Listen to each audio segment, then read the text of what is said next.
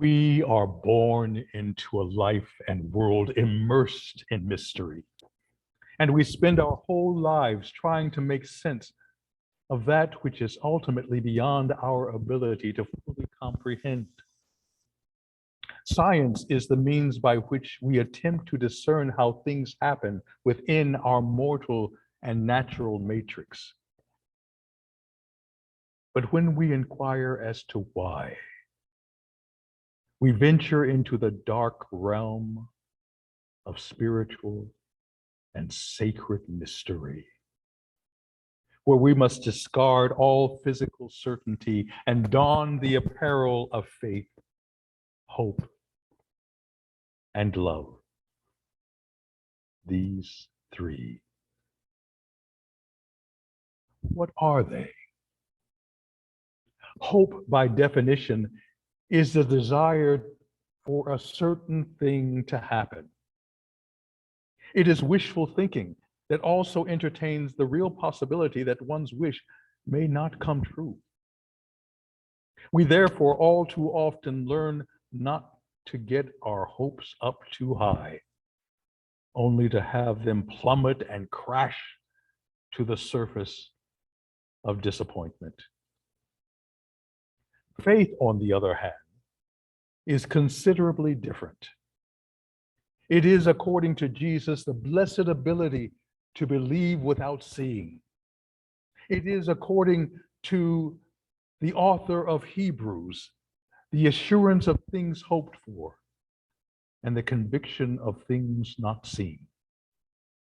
What separates faith from hope is that in faith, our whole body and being are invested in the outcome. In faith, we recognize with hope that we do not control the outcome and that our dreams may continually crash and burn upon the concrete of disappointment. But in faith, we are convinced and convicted that even from our demise, we will rise. Martin Luther King Jr., in his final speech on the evening before his assassination, likened himself to Moses, who from the heights of Mount Nebo was able to see without entering the land God had promised his people. That evening, King said that God, and I quote, had allowed me to go up to the mountain, and I've looked over and I've seen the promised land. I may not get there with you, but I want you to know that we as a people will get to the promised land. In faith, our whole body and being are invested in the outcome of reaching that earthly realm and promised land. Because anything less than that outcome would be a denial of the spirit that affirms our humanity and sets us free.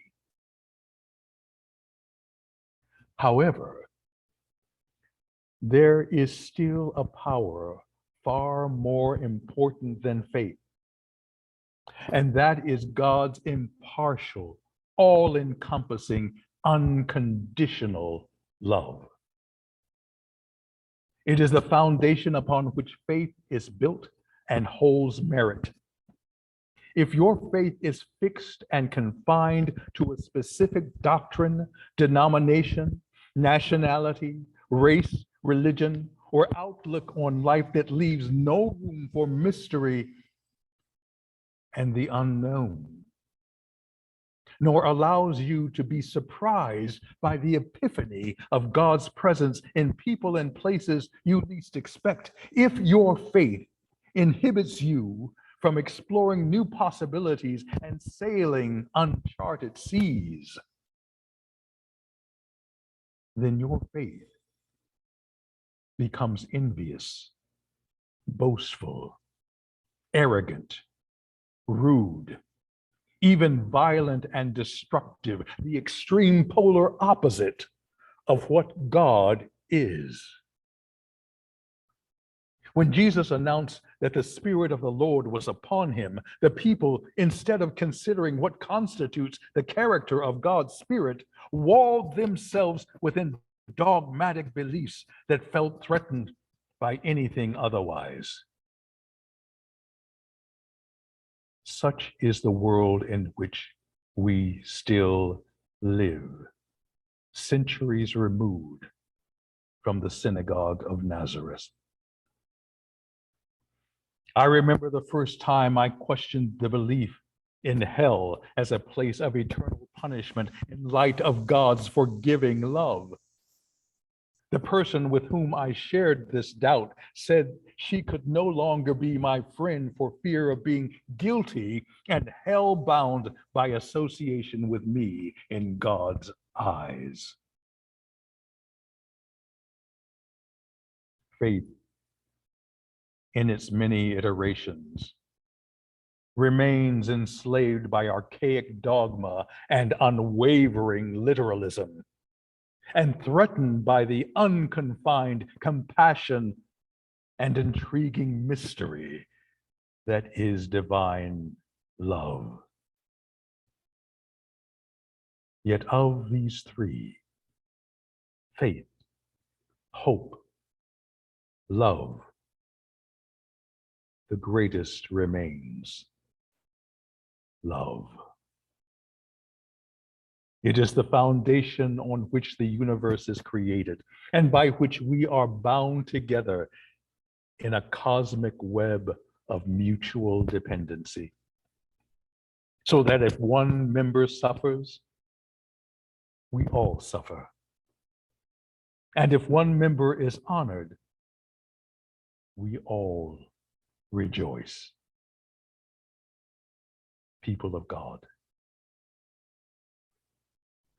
realize this power and dimension of love, shall we finally know that the Spirit of the Lord is upon us. Only then will we see our promised land. Amen.